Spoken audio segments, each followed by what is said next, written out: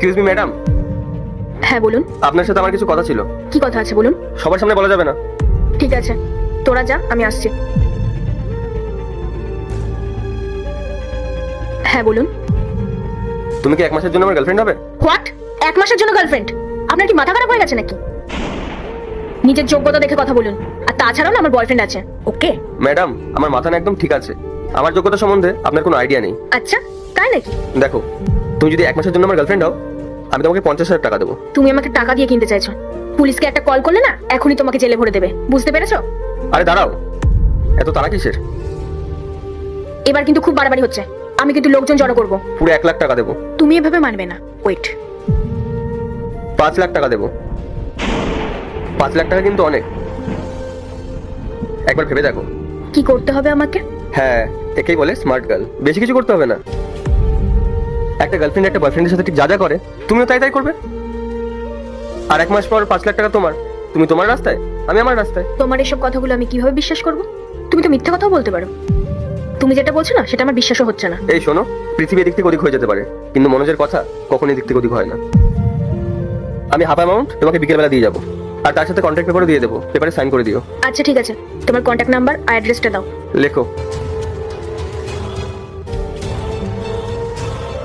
ঠিক আছে, এই অ্যাড্রেসে আমি বিকাল 6টার সময় দেখা করছি। এখন আমি আসছি।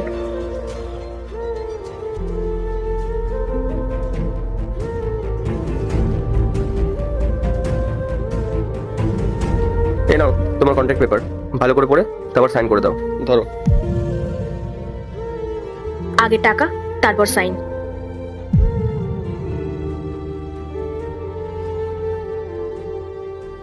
তোমার টাকা রেডি আছে, আগে সাইন করে দাও, তারপর টাকাগুলো নিয়ে নাও। আচ্ছা, আমাকে একটা কথা বলো তো, এই বাড়ি, এই টাকা পয়সা, এগুলো সত্যিই তোমার তো? অফকোর্স, এগুলো সব আমারই। আমার তো মনে হয় না এই সবকিছু তোমার। কারণ যারা কষ্ট করে টাকা ইনকাম করে না, তারা এভাবে ফালতু টাকা উড়ায় না। দেখো, আমার একটা বিজনেস আছে। আরে তোর কাছে অর্থ কেন থাকে না জানিস? কারণ তুই আমার ভিডিও অবহেলা করে চলে যাস।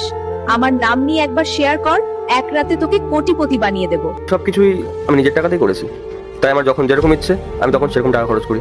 আচ্ছা, তাই নাকি? কি বিজনেস করো একটু শুনি। Sorry, it's too personal. আর আমি আমার পার্সোনাল লাইফ কাউকে বলতে পছন্দ করি না। আর তাছাড়াও তোমার কন্ট্রাক্টে যতটুকু আছে তুমি ততটুকু নিয়েই ভাবো। আমার পার্সোনাল লাইফ ইন্টারফেয়ার করার কোনো প্রয়োজন নেই। সাইনটা করো আর টাকাটা নিয়ে নাও। ওকে, আমি সাইনটা করে দিচ্ছি।